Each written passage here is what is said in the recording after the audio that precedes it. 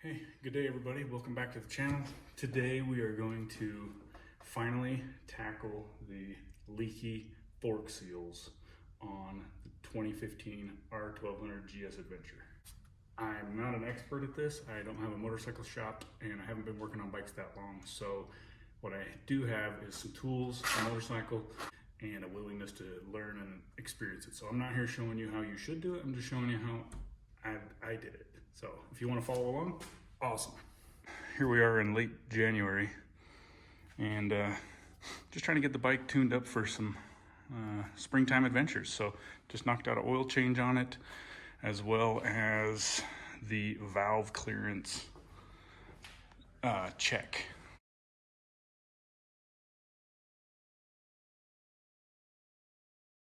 So that was a little bit of an adventure, and I wanted to kind of film that as well, but I figured I may as well do it one good time and make sure I did it right before I throw that up on the channel. But that'll probably be forthcoming on the next inspection. The good news is that it checked out good. So no adjustments needed, didn't have to buy any extra shims down here inside the valve covers. So that was a relief. If you haven't checked out the last video where I addressed this very problem, you can check it out. I'll put a link over here, but my efforts to clean up the the stanchion fork seal didn't really last that long. In fact, I've been kind of babysitting this thing ever since, and it's just continued to leak a little bit, seep here and there. But that said, this section of the stanchion is not really a pressurized section, so a leak here isn't a huge concern versus on other types of motorcycles. I'm sure it's a bigger problem. So, you know, just wipe that thing down, and I've done several trips on it already, pretty much for the last about 7 months. Just kind of wiping it down as I go, and yeah, I'm sure I've lost a little bit of fluid here and there, but there should be plenty in there to continue to lubricate the thing, so at least that's my hope. Did just knock out an oil change, put some of this Castrol 4T in here, and another Moly OC619. I got a video on the oil change, the first one I did, put the link up over there. As for today, in order to tackle this, picked up a bottle of Telescope Gable oil Type 2 from Harrison Eurosports here in Utah. Got the kit. So the bottle of oil was just a few bucks, $4, $5, $6, something like that. And then here is the kit you need for the fork seals. Comes with some springs and different parts and pieces. We'll take a look at that.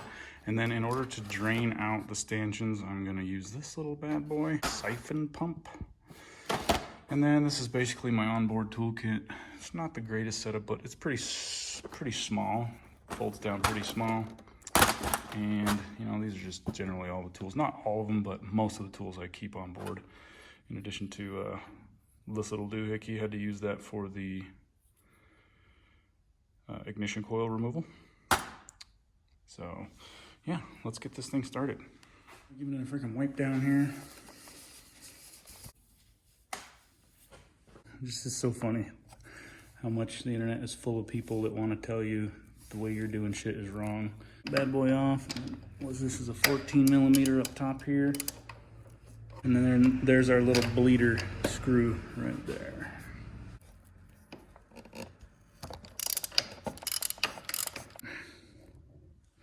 Now, she is on the center stand, so once I let this loose here, the whole handlebars can rotate freely and do whatever it is they want to do.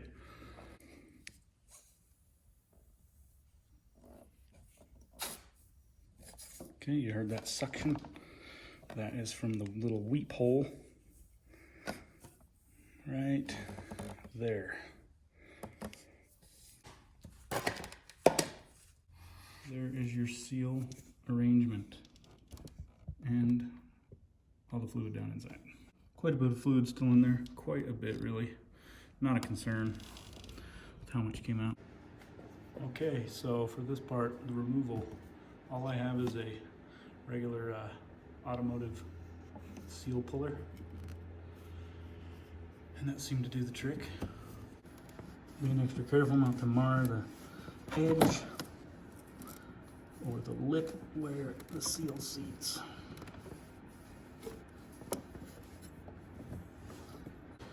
And now for the snap ring, I'll leave it as a pick tool.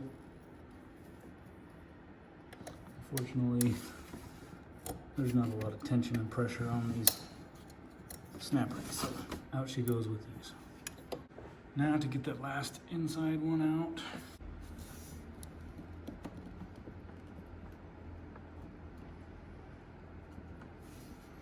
Okay, she's coming out. There we go. Removal tool.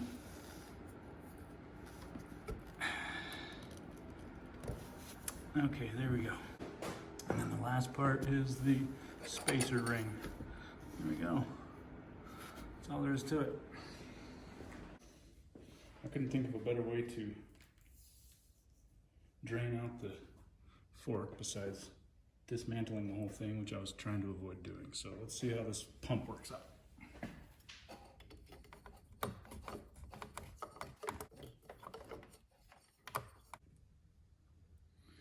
Here it comes. Sweet, it's some pretty thick stuff. I'm sure siphon pump works better when it's not thick like that. Plus it's pretty cold out here. I'll just get rid of this part of the hose here.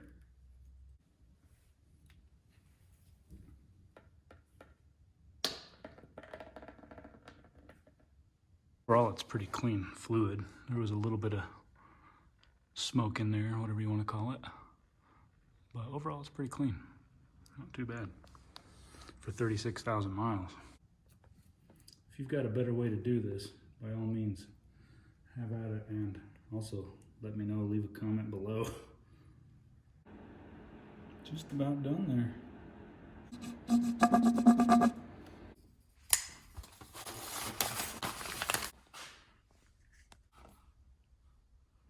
That's cool, they're already pre-greased. Sweet. Nice and dusty, so probably better wipe those down. Okay, so here's the order everything came out in. The spring would normally be on top of that. Right beneath the top seal is this retention ring. Beneath that you've got the main seal. Beneath that you have the spacer, and then this right here is the bushing. So this is what the fork stanchion, or whatever you call that, the tube glides in and out of, up and down on. So that's what's in, all this oil is lubricating, is that guide there. So this needs to go back in. It just happened to come out while I was cleaning it, so I thought I'd show it to you.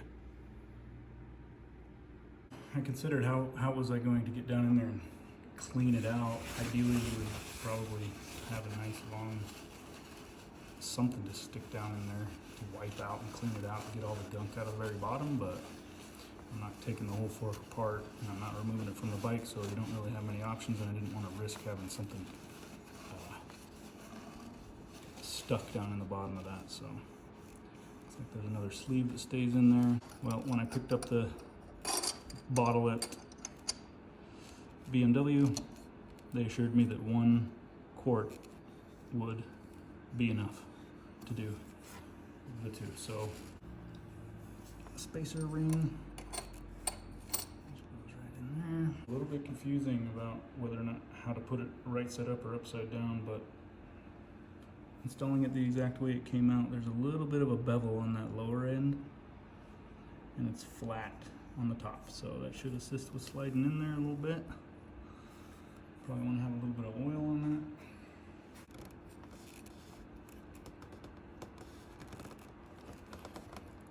that. Here, get the camera out of the way. Alright, so essentially I just used the two thumbs around and kind of seat that thing down in there. The top spring did pop out, so the seal spring, so I had to remove that and then put it back down in there. But the big thing is, as long as it's seated all the way around so there's no slop, and then the ability to get this lock ring installed, that's how I'm sure you'll know that it's down far enough. So I'm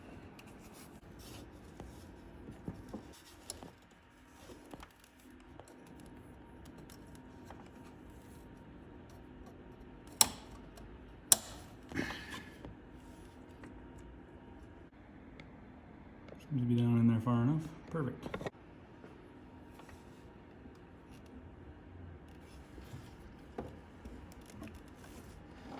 Nice. Fortunately, there's almost no special tools I needed besides I had a handy seal puller, regular automotive seal puller, and a tiny pick hook to get that snap ring out of there. Other than that, it's good to go. All right, let's get a funnel in there and fill her up.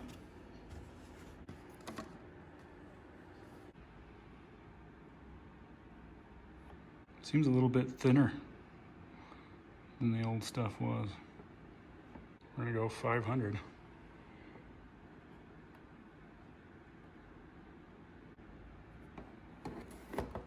Oh, cool. It's pouring out fucking everywhere. How's that possible? Depending on where you read on the internet, they say 22 ounces or 650 milliliters. What I can tell you is 650 milliliters is quite a bit more than what I think you need to put in there. So this side was never leaking, and so from the factory, that's about how far down it needs to be. That's how much we shall return the level to.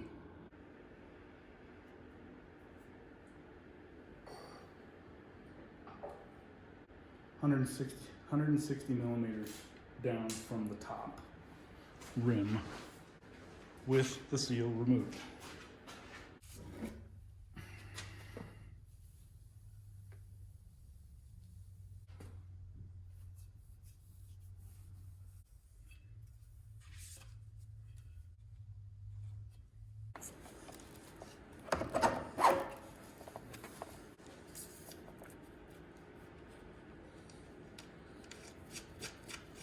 And I didn't know this on the first go around when I was first cleaning these things up until a friendly fellow left me a comment, told me I should have pulled that out to allow the air to breathe out when I reinstalled that thing. Well, it was critical on this job here.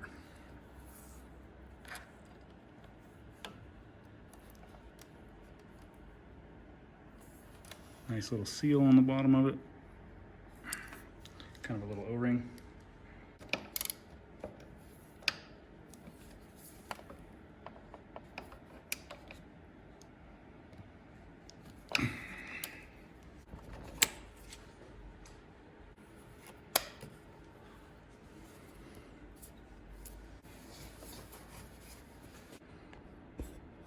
There you have it. Here we are, fresh and clean, and hopefully we have no more leaky.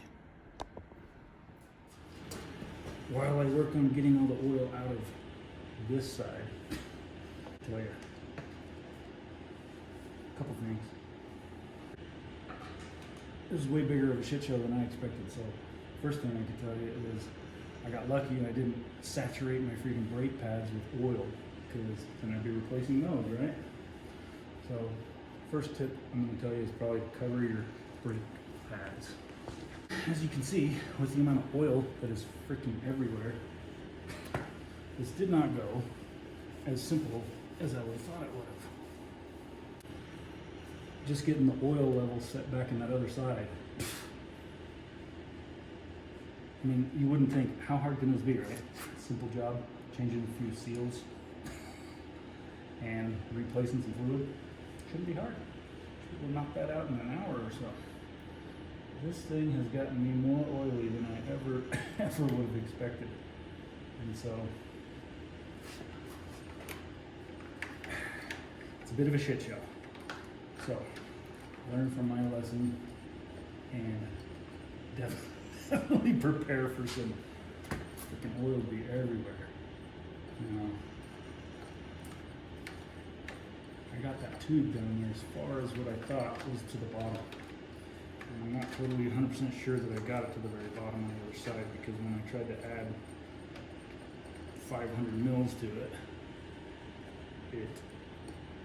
that was way too much fluid, so it's okay. The fluid's in pretty darn good condition, so I'm not worried about it. I I brought it back up and replaced most of it, I'm sure, so it's fine. But now that brings me to my last point. My next point is that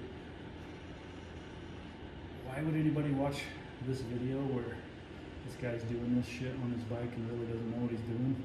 Well, because it's a freaking adventure, dude. You know, it's like that's what we do. We freaking ride an adventure bike, so I'm just figuring it out as I go. So you gotta have a sense of adventure. And so if you would rather not watch this video and not see a dingus trying to figure this shit out as he goes, that's totally reasonable. I wouldn't hold it against you. Oh yeah, that was some nasty stuff coming out of the bottom of that one. There's definitely a better way to do this than this freaking stupid siphoning pump.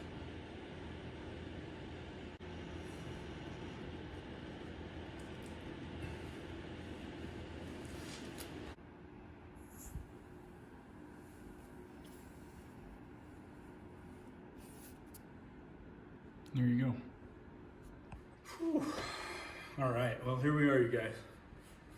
Man, probably about maybe an hour longer than I anticipated. So, finally got it wrapped up, and looking forward to having dry forks from here out. Hope I will report back, at least in the comments, if these things start leaking again. So before I end the video, thanks for sticking around. If you made it this far. This little project shouldn't have been that big of a deal, but if you're into Land Cruisers or restoring old rigs, there's a guy on YouTube named Project Wrong Way, and he's in the middle of rebuilding the FJ40 Land Cruiser, and he's pretty damn amusing because he fully admits he doesn't know what the hell he's doing, and he's just figuring it out as he goes. And man, he's a hoot. He's a good time. But this project kind of turned into a Project Wrong Way for me. Good grief. So a bunch of lessons were learned. So you know, I've only been riding bikes for a year and a half, about 18 months now, something like that. And so, you know, I bought this motorcycle as a means to get out there and have some more adventures and be able to do it solo on your own and feel the elements, you know, be totally immersed in the experience and in nature. And along the way, just figuring this stuff out as I go. And so it's just all part of the adventure. And, you know, if you're looking for somebody who knows what the heck they're doing and has a lot of experience rebuilding bikes or doing bike maintenance, you know, you should probably find a different channel. But this is just another little chapter in the progression here. So there's a series on my channel called LTR, my 1200 GSA. So it's learning to ride my 1200, and that's starting from square one, not having any idea, man. Even going down my first gravel roads were a freaking white knuckle experience. So anyway, just here building something, and if that's something that you're interested in, cool. Stick around, check it out. It's all part of the adventure. Things we learned today, or takeaways, would be number one, the fluid level probably. On this other side, I only ended up taking out about 300 milliliters. And so trying to put 600 mils in there created an entire freaking disaster of oil everywhere. So depending on how much you can squeegee out of that thing, you know, if you can get most all of it out, then I'm pretty sure I got most all of it out. It's only like 300 milliliters. So I don't know what's up with that, but measuring it from the top down is probably the best way. That suction pump that I got, it's not a very good way to do it. At home I've got a big old, you know, huge 5-gallon jug suction pump that I use to fill up jugs or pump 90 weight oil into my freaking differentials and stuff. That would have been better to use than this. I was down there pumping on that thing for freaking half an hour just to get a few 100 milliliters out of them forks. So also, only the very bottom little bit of oil that was that first was pulled out was really contaminated very much. Yeah, there's metal flakes all throughout the oil, but that was the only oil that was really black. So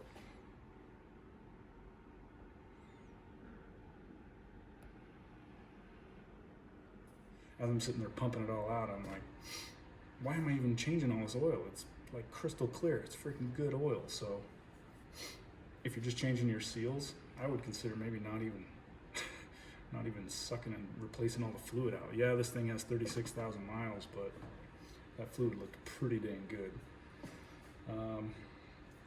These little rings right here, these little springs, these are the old seals obviously, but when you're installing these, yeah, all of these seals went in pretty easily with just hand force. Didn't have to use any tools or tapping or anything, which was nice. But in the process, this top spring out of this inner seal can manage to pop its way out, and it's not very hard to get it reseated back in there.